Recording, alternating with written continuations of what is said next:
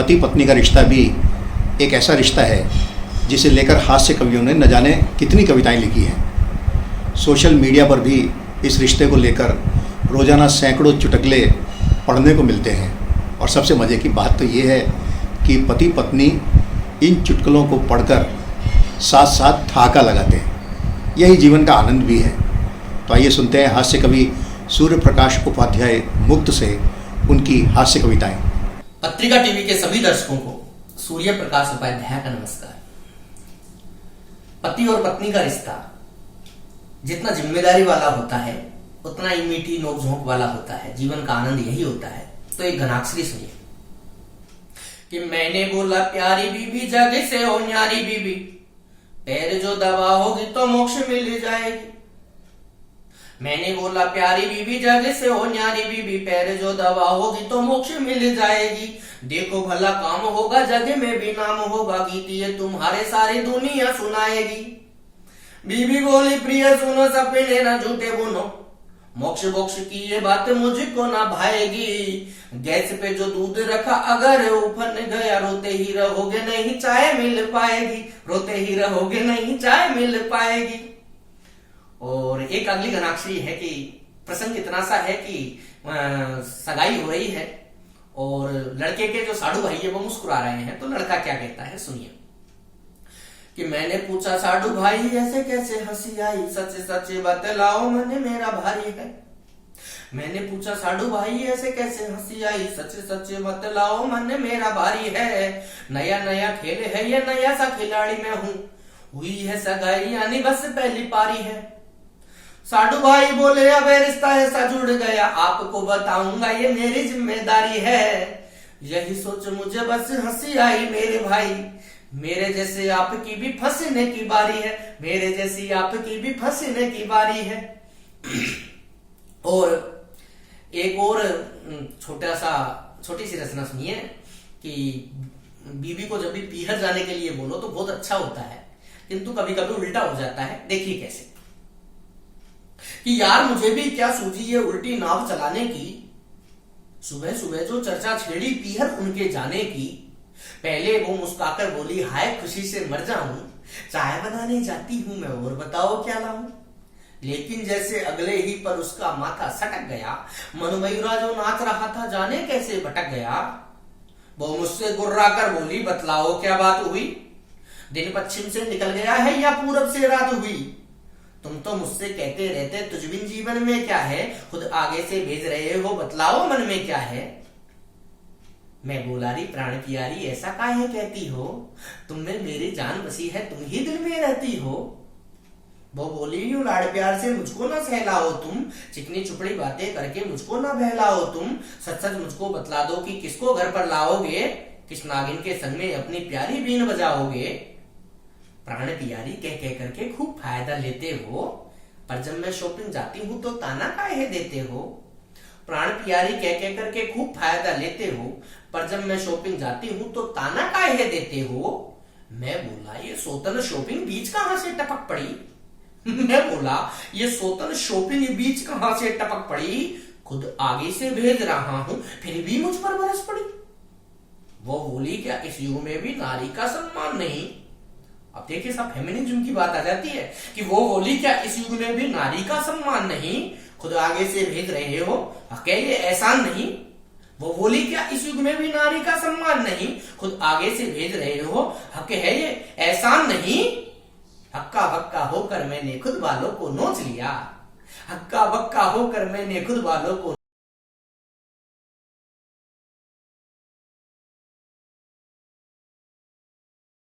अक्सर हम सबकी शिकायत रहती है कि लोग हमारी बात नहीं सुनते, सबको अपने कहने की पड़ी है। सुनना एक कला है मगर साथ साथ ये एक ऐप भी है। आइए सवाई सिंह शेखावत जी से सुनते हैं कि हम अक्सर अपने जीवन में किन किन बातों को अनसुना कर देते हैं। नमस्कार, मेरी कविता का शीर्षक है हमारे सुनने का ऐब। हमारे सुनने का बुनियादी ऐब है हम अक्सर ऊंचा सुनते हैं, नर्म मुलायम आवाजों को तवज्जो नहीं देते, जीवन के कोमल तानों को अनसुना करते हैं, जबकि मानुष होने के लिए उनका सुना जाना ज्यादा जरूरी है। हमारे सुनने का बुनियादी ऐब है, हम अक्सर ऊंचा सुनते हैं, नरम मुलायम आवाजों को तवज्जो नहीं देते, जीवन की कोमल तानों को अनसुना करते हैं, जबकि मानुष होने के लिए उनका सुना जाना ज्यादा जरूरी है। सुनने की कोशिश में हम नहीं सुनते मनुष्य की रुलाई, हम शब्दों की गूंज सुनते हैं या आक्रामक हंसी, भूतपूर्व सुनते हैं या फिर महान भविष्य में। हमारा सुनना समकाल में नहीं होता। सुनने की कोशिश में हम नहीं सुनते मनुष्य की रुलाई, हम शब्दों की गूंज सुनते हैं या आक्रामक हंसी, भूतपूर्व सुनते हैं या फिर महान भविष्य में। हमारा सुनना समकाल में नहीं होता।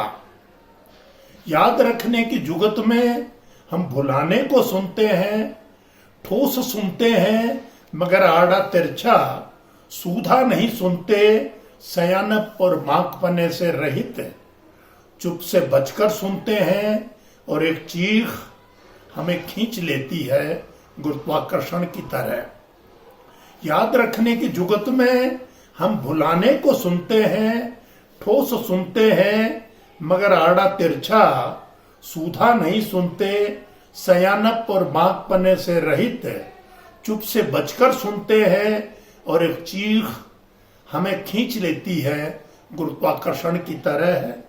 हमारे सुनने में देश है और दुनिया भी, लेकिन अपने ही मोहल्ले की आवाज नहीं है। हम हड़बड़ी में सुनते हैं या फिर सतर्क होकर सहज मिली खुशी की तरह नहीं सुनते। हमारे सुनने में देश है और दुनिया भी, लेकिन अपने ही मोहल्ले की आवाज नहीं है। हम हड़बड़ी में सुनते हैं या फिर सतर्क होकर सहज मिली खुशी की तरह नहीं सुनते। हमारे सुनने में शामिल हैं कुछ चुस्त जुमले, सीधी सरल बातें हमें बोधी लगती हैं और दयनीय भी। एक कामयाब चालू आदमी को हम आदरपूर्वक सुनते हैं, एक असफल आदमी को सुनते हैं उपहास की तरह। हमारे सुनने में शामिल हैं कुछ चुस्त जुमले, सीधी सरल बातें हमें बोधी लगती हैं और दयनीय भी। एक कामयाब चालू आदमी को हम आदरपूर्वक सुनते हैं, एक असफल आदमी को सुनते हैं उपहास की तरह। सुनने के विमर्श को लेकर हम कितना ही गंभीर होने का नाट्य करें, अपने तमाम संजीदापन के बावजूद हम सुनते हैं मतलब की या यारी की, जबरे की सुनते हैं या जरदारी की। सुनने के विमर्श को लेकर हम कितना ही गंभीर होने का नाट्य करें, अपने तमाम संजीदापन के बावजूद हम सुनते हैं मतलब की, यारी की, जबरे की सुनते हैं या जरदारी की। ये था आज का फनकार कार्यक्रम, जिसमें हमारे रचनाकारों ने अपनी अपनी रचनाएं अपने घरों से आपके लिए साझा की। आशा है आपको ये कार्यक्रम अच्छा लगा होगा। कोरोना के चलते लॉकडाउन की अवधि 3 मई तक बढ़ा दी गई है, लेकिन हम सब अपने सम्मिलित प्रयासों से इस महामारी पर काबू पाकर शीघ्र ही इसके चंगुल से बाहर निकल जाएंगे। तब तक सोशल डिस्टेंसिंग की पालना करते हुए अपने अपने घरों में रहें। अब प्रवीण नाहटा को इजाज़त दीजिए। नमस्कार।